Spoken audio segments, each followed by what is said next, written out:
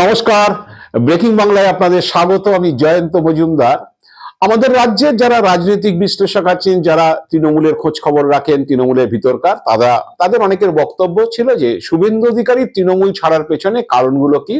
আর তাতে তারা অন্যতম একটি কারণ বলেছিলেন, সেটা হলো যে দলে যে অভিষেক বন্দ্যোপাধ্যায়ের উত্থান, মানে অভিষেক বন্দ্যোপাধ্যায় 2014 সালে এমপি হলেন, তারপরে তার গুরুত্ব বৃদ্ধি পাচ্ছিল এবং শুভেন্দুর সঙ্গে বিভিন্ন বিষয়ে তার একটা মতবিরোধ হচ্ছিল। অভিষেক অনেক কিছুই বুঝতে পারছিলেন যে শুভেন্দু অধিকারী হয়তো সেগুলো ঠিক করছেন না, সেগুলো হয়তো তিনি বাধা দিচ্ছিলেন। এই নিয়ে শুভেন্দুর সঙ্গে নানান ধরনের ক্ল্যাশ তৈরি হচ্ছিল। এইটা কারণ, এবং পাশাপাশি কারণ হচ্ছে যে এই নারদ মামলা এফআইআর সারদাতে ডাকখোঁজ হয়েছিল সিবিআই এর, তো সেই নিয়ে তাকে অ্যারেস্ট করা হতে পারে এরকম একটা ভয় থেকে হচ্ছে বিজেপিতে যোগদান করলে সেই অ্যারেস্টের ব্যাপারটার আর ভয় থাকবে না। এই দুটো কারণ হচ্ছে তার তৃণমূল ছেড়ে যাওয়ার অন্যতম বিষয়। এবং যে তিনি হয়তো ভেবেছিলেন যে মমতা বন্দ্যোপাধ্যায়কে বা তৃণমূলকে হারাতে পারলে 2021 সালে হয়তো মুখ্যমন্ত্রী হয়ে যেতে পারেন, এরকম একটা আশা নিয়েই হয়তো দল ছেড়েছিলেন। তো দল ছাড়ার যে দুটো মোক্ষম কারণ, সেটা বিশ্লেষকরা এটাই বলেন যে অভিষেক বন্দ্যোপাধ্যায়ের সঙ্গে বিরোধ এবং যে সিবিআইয়ের হাতে গ্রেপ্তার হওয়ার ভয়। তো যেটা হলো যে যখনই অভিষেক বন্দ্যোপাধ্যায় সম্পর্কে শুভেন্দু অধিকারীকে জিজ্ঞেস করা হয়, তিনি তার প্রশ্নের কোনো উত্তর দেন না। তিনি বলেন যে আমি ওর প্রশ্নের উত্তর দেব না, কারণ তিনি যেই আলোয় আলোকিত, আমি সেই তার নেত্রী মমতা বন্দ্যোপাধ্যায়কেই আমি হারিয়েছি, সুতরাং আমি তার কথা উত্তর দেবো না। যারা 2011 সালের পরে রাজনীতিতে এসছে, সিপিএম এর সঙ্গে লড়াই করে যে তৃণমূলকে সরকারে আনেনি, আমি তাদের কথা উত্তর দেব না। কিন্তু শুভেন্দু অধিকারী এটা খুব ভালো জানেন যে বর্তমানে তৃণমূল সাংসদ, যে তৃণমূলে অভিষেক বন্দ্যোপাধ্যায় তৃণমূল সাংসদ হিসাবে তৃণমূলে কি কি করেন না করেন, এবং সবচেয়ে বেশি হারে হারে টের পেয়েছেন 2024 সালে লোকসভা ভোটের সময়। কারণ শুভেন্দু অধিকারী অনেক কিছু হিসেব টিসেব করে রেখেছিলেন, সব হিসেব কিন্তু তালগোল পাকিয়ে দিয়েছেন সব হচ্ছে অভিষেক। তো যেটা বলি যে আমি কেন দুজনের কথা বলছি, যে শুক্র এবং শনিবারের দুটো ঘটনা। আমি প্রথমে শনিবারের ঘটনাটা বলি, যে শনিবার হচ্ছে শুভেন্দু অধিকারী হচ্ছে নন্দীগ্রাম থানায় গিয়ে যে থানার আইসিকে হচ্ছে হুমকি দিয়ে এসছেন। তো শুভেন্দু কি বলেছিলেন আমি আপনাদের একটু শোনাই, আপনারা প্রথমে শুনে নিন শুভেন্দু কি বলেছেন, তারপর আমি আসছি বিষয়টাতে।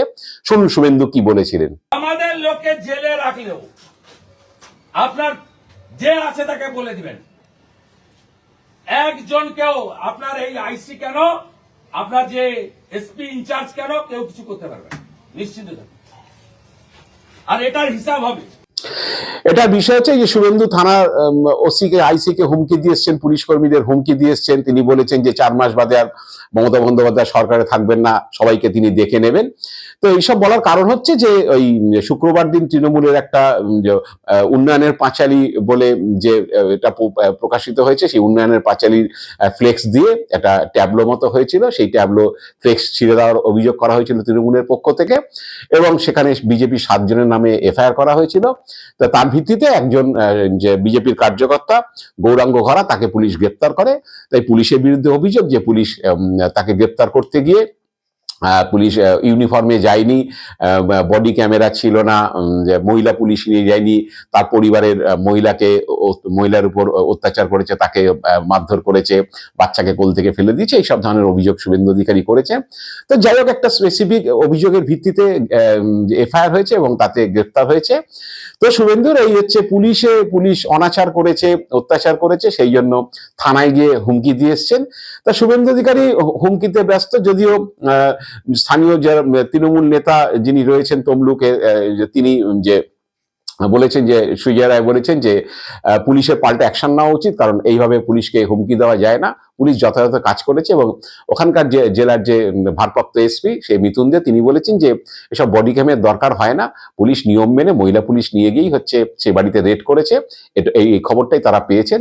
তো যাই হোক, অনেকে বলছেন যে শুভেন্দু এখন হুমকি টুমকিতে ব্যস্ত, থানায় গিয়ে নিজের বিধানসভা এলাকায় থানায় গিয়ে হুমকিতে ব্যস্ত।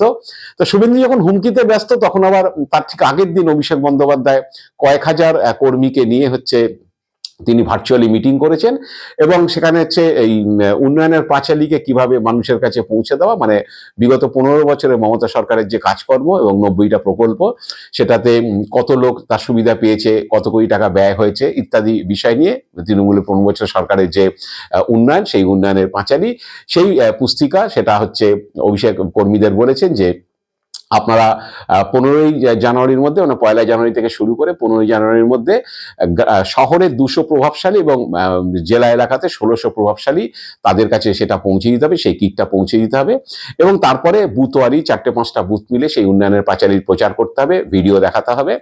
এবং অভিষেকেও কর্মীদের বলেছেন যে দম্ভ নয়, বিনয়ী হন, আপনারা মমতার দিদির দূত হিসাবে মানুষের কাছে যাবেন, মানুষ যেগুলো বলবেন সেগুলো হচ্ছে শোনার চেষ্টা করবেন, উত্তর দেওয়ার চেষ্টা করবেন, মানুষ যদি অভিযোগ করে সেগুলো শুনবেন, কিন্তু সেখানে দম্ভ দেখাবেন না। এবং একই সঙ্গে হচ্ছে তিনি এও বলেছেন যে প্রত্যেকে কে কি করছে না করছে তার নজরদারি চলবে, মানে যে বিধানসভা ভিত্তিক নজরদারি চলবে, ব্লক ভিত্তিক নজরদারি চলবে, অঞ্চল ভিত্তিক নজরদারি চলবে, সবাই এই কাজটা মনোযোগ দিয়ে করছেন কিনা। আসলে অভিষেক বন্দ্যোপাধ্যায় পুরো টিমটাকে, সংগঠনটাকে মাঠে নামিয়ে দিচ্ছেন 1লা জানুয়ারি থেকে। তো অভিষেক একটু নীরবে কাজ করেন, তিনি খুব একটা ক্যামেরার সামনে আসেন না, মাঝে মধ্যে প্রেস কনফারেন্স করেন, ইস্যু ভিত্তিক প্রেস কনফারেন্স, রোজ শুভেন্দু অধিকারীর মতো তাকে ক্যামেরার যে সামনে বাইট দিতে দেখা যায় না বিভিন্ন ইস্যুতে। তো যে এবার সেই ভার্চুয়াল মিটিংয়েই হচ্ছে তিনি দুটো স্লোগান, কারণ নরেন্দ্র মোদী একটা স্লোগান দিয়ে গেছেন আপনারা জানেন ইতিমধ্যে রাজ্যে এসে, যে বাঁচতে চাই বিজেপি তাই, তো তার পাল্টা স্লোগান অভিষেক বন্দ্যোপাধ্যায় কর্মীদের সামনে হাজির করেছেন যে এটার হচ্ছে, এটার একটা বিষয় হচ্ছে, এটার মধ্যে একটা অন্তর্নিহিত বিষয় রয়েছে, সেটা হচ্ছে মারতে চাই, আসলে বাঁচতে চাই বিজেপি বাই, এই স্লোগানটা তিনি পাল্টা দিয়েছেন। মোদীজির হচ্ছে বাঁচতে চাই বিজেপি তাই, তার পাল্টা স্লোগান হিসাবে বাঁচতে চাই যে বিজেপি বাই। এবং পাশাপাশি আরেকটা স্লোগান, জোড়া স্লোগানই তিনি কর্মীদের কাছে দিয়েছেন, যেটা তাদেরকে প্রচারে আনতে বলেছেন, এটা হচ্ছে মানবে না হার, মামাটি মানুষের সরকার আবার, এই জোড়া স্লোগান দিয়েছেন। তো যখন শুভেন্দু অধিকারী টিভি ক্যামেরা, যে টিভির প্রতিনিধি সঙ্গে নিয়ে নন্দীগ্রামে থানায় গিয়ে হুমকি টুমকি দিচ্ছেন, তখন পাশাপাশি নীরবে হচ্ছে অভিষেক বন্দ্যোপাধ্যায় কর্মীদের হচ্ছে তার বার্তা দিয়ে যাচ্ছেন এবং কর্মীদের মাঠে নামাচ্ছেন। কারণ হচ্ছে তিনি জানেন যে সংগঠনটাকে এখন, তৃণমূলের সংগঠনটা মূলত তিনিই দেখেন, মমতা বন্দ্যোপাধ্যায় প্রশাসনিক কাজ দেখেন, পুরো সংগঠনটা সাধারণ সম্পাদক হওয়ার পর থেকে তিনিই দেখেন। তিনি একেবারে ভোটের কথা ভেবে একই সঙ্গে বলেছেন যে 2026-এর ভোটের থেকেই হচ্ছে 2029-এর ভোটের ভিত তৈরি করতে হবে, মানে 2026-এর কর্মীদের এই একটা যে কনফিডেন্স দেওয়া যে 2026-এর ভোটে আমরা জিতবো এবং 2026-এর ভোট থেকে 2029-এর ভোটের হচ্ছে ভিতটা তৈরি করতে হবে।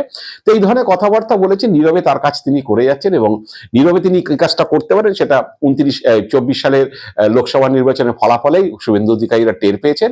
তো এখন আমি যে কয়েকজন রাজনৈতিক বিশ্লেষককে জিজ্ঞেস করেছিলাম যে শুভেন্দু যে থানায় গিয়ে হুমকি টুমকি দিচ্ছেন, এরকম কি আগে কোনোদিন দেখেছিলেন? তা অনেক বিশেষজ্ঞ বা বিশ্লেষকই বলছেন যে না, জ্যোতিবাবু সিদ্ধার্থ শঙ্কর রায়ের আমলের কথা ছেড়ে দিন, অনেকদিন আগেকার জ্যোতিবাবু বিরোধী দলনেতা ছিলেন, সিদ্ধার্থ শঙ্কর রায় বিরোধী দলনেতা ছিলেন, কিন্তু সাম্প্রতিককালে যারা ছিলেন মানে শুভেন্দু অধিকারী, আব্দুল মান্নান কোনোদিন চাপদানি থানাতে গিয়ে থানার ওসিকে হুমকি দিচ্ছেন, বা সূর্যকান্ত মিশ্র নারায়ণগড় থানায় গিয়ে তিনি হুমকি দিচ্ছেন, বা পার্থ চট্টোপাধ্যায় বেহালা থানায় গিয়ে হুমকি দিচ্ছেন, এরকম ঘটনা তারা দেখেননি। কারণ তারা বলেন যে বিরোধী দলের নেতা হচ্ছে ক্যাবিনেট মন্ত্রী স্ট্যাটাসের মানুষ, তার একটা মর্যাদা আছে, থানায় গিয়ে ওসিকে হুমকি দেওয়া, ডিউটি অফিসারকে হুমকি দেওয়া, এই ধরনের রাজনীতি আগে তারা কখনো দেখেননি, যেটা শুভেন্দুর কাছ থেকে দেখছেন।